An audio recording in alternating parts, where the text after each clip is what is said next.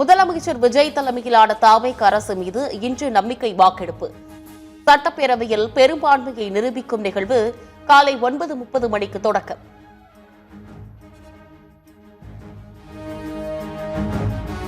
சட்டப்பேரவையில் காங்கிரஸ், கம்யூனிஸ்ட், விசிக, ஐயுஎம்எல் ஆதரவுடன் பெரும்பான்மையை நிரூபிக்க உள்ள தாவேக அரசு. சி.வி. சண்முகம் தலைமையிலான அதிமுக எம்எல்ஏக்கள் தாவேக அரசுக்கு ஆதரவாக வாக்களிக்க வாய்ப்பு.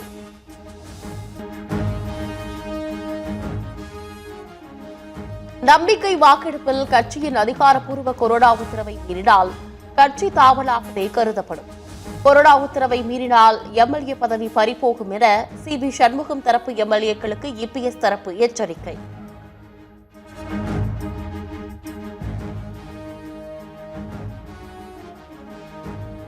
சிபிஐ இயக்குநரை தேர்ந்தெடுக்கும் விவகாரத்தில் எதிர்க்கட்சித் தலைவர் வெறும் ரப்பர் ஸ்டாம்ப் போல் இருக்க முடியாது. ஒருதலைபட்சமான நடவடிக்கைகளுக்காக தனது அரசமைப்பு கடமையை விட்டுத்தர முடியாது என பிரதமர் மோடிக்கு ராகுல் காந்தி கடிதம். எதிர்க்கட்சிகளையும் விமர்சகர்களையும் குறிவைக்க சிபிஐயை மத்திய பாஜக அரசு பயன்படுத்துவதாக ராகுல் காந்தி குற்றச்சாட்டு. சிபிஐ இயக்குநர் தேர்வு விவகாரத்தில் தகுதியுள்ள நபர்களின் விவரத்தை முன்கூட்டியே வழங்கவில்லை எனவும் கண்டனம்.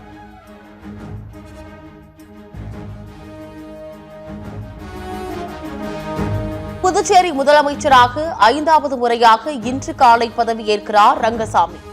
புதுச்சேரி துணைநிலை ஆளுநர் கைலாஷ்நாதன் பதவி பிரமாணம் செய்து வைக்கிறார்.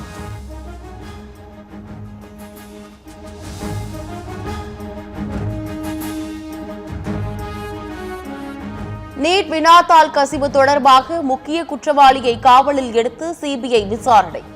டெலிகிராம் வாயிலாக நீட் வினாத்தாளை 10 லட்சம் ரூபாய்க்கு வாங்கியவரிடம் துருவி விசாரணை.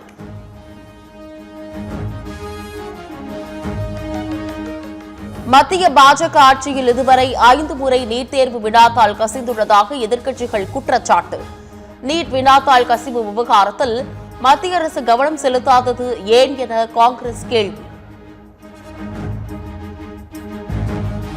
பீகார், மகாராஷ்டிரா, ராஜஸ்தான், குஜராத், உத்தராகண்டில் வினாத்தாள் கசிவு சம்பவங்கள் தொடர்கிறது.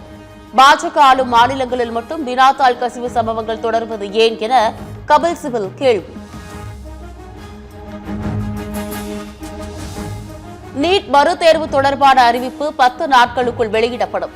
தேசிய தேர்வு முகமையின் தலைமை இயக்குநர் அபிஷேக் சிங் தகவல். அனைத்து கட்சிகளும் நீட் தேர்வுக்கு எதிரான குரலை ஓங்கி ஒலித்திட வேண்டும். தமிழக சட்டப்பேரவை எதிர்க்கட்சித் தலைவர் உதயநிதி ஸ்டாலின் வலியுறுத்தல்.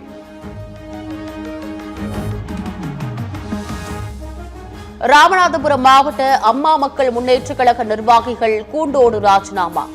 அமமுக திருச்சி மாவட்ட செயலாளர் செந்தில்நாதன் கட்சியிலிருந்து விலகுவதாக அறிவிப்பு.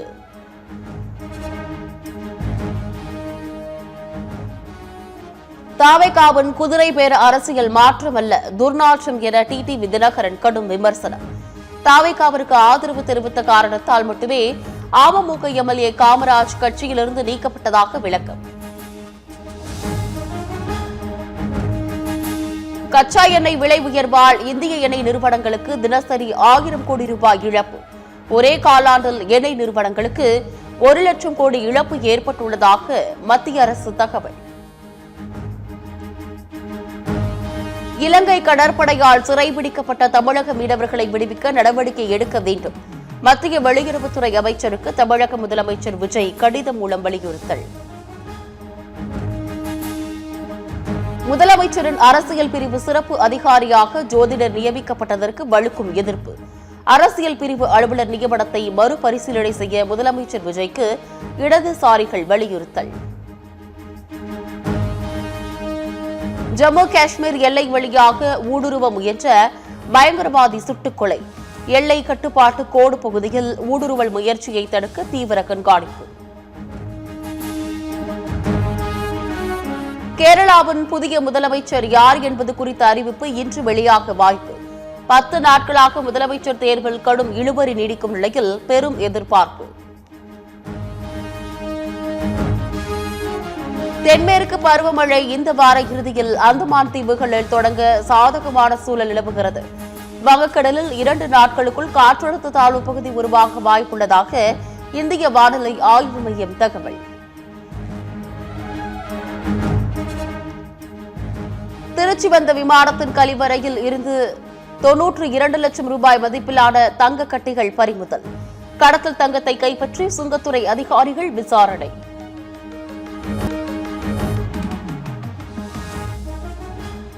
தமிழக நிதித்துறை செயலாளராக M.A. சித்திக்கும் டாஸ்மாக் நிர்வாக இயக்குநராக நந்தகுமாரும் நியமனம். தலைமை செயலாளராக இருந்த முருகானந்தம் வருவாய் மற்றும் பேரிடர் மேலாண்மை ஆணையராக நியமனம். நிதித்துறை செயலாளராக இருந்த உதயச்சந்திரன் காத்திருப்போர் பட்டியலுக்கு மாற்றம். திருப்பூரில் தமிழர்கள் மீது வடமாநில தொழிலாளர்கள் கண்மூடித்தனமாக தாக்குதல் நடத்திய விவகாரம். உரிய நடவடிக்கை எடுக்க கோரி மாநகர காவல் ஆணையர் அலுவலகத்தில் பொதுமக்கள் புகார் மனு.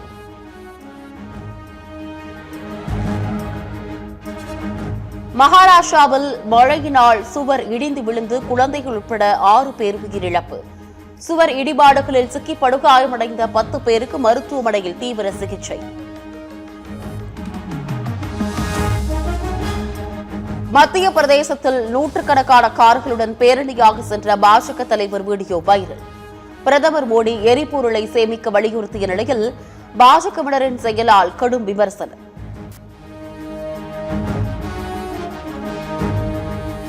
காரைக்குடியில் நாம் தமிழர் கட்சி மாநில ஒருங்கிணைப்பாளர் பிரபாகரன் தற்கொலை. காவல்துறையினர் உடலை கைப்பற்றி தற்கொலைக்கான காரணம் குறித்து விசாரணை.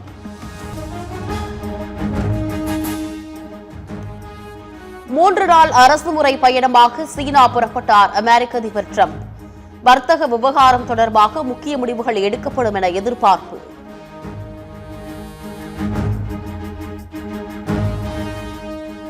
பிரிட்டன் உள்ளாட்சி தேர்தலில் ஆளும் கட்சிக்கு பின்னடைவு ஏற்பட்டதால் பிரதமர் பதவி விலக கோரி நெருக்கடி. கட்சிக்குள் எதிர்ப்பு எழுந்துள்ள நிலையில் பதவி விலக முடியாது என பிரிட்டன் பிரதமர் கேர் ஸ்டாமர் திட்டவட்டம்.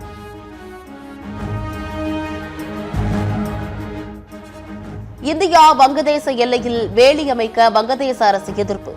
நாட்டு நலன் பாதிக்கப்படும் போது மௌனமாக இருக்க முடியாது என கருத்து.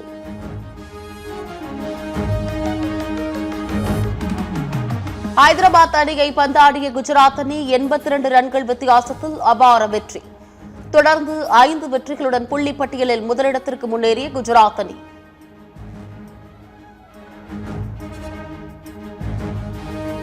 IPL தொடரின் இன்றைய போட்டியில் பெங்களூரு கொல்கத்தா அணிகள் பல பரீட்சை. கொல்கத்தா அணியின் தொடர்ச்சியான வெற்றி தொடருமா என ரசிகர்கள் எதிர்பார்ப்பு.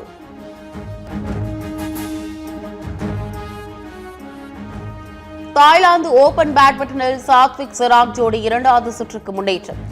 இரட்டையர் பிரிவுகளில் பங்கேற்ற மற்ற இந்திய ஜோடிகள் அனைத்தும் தோல்வி.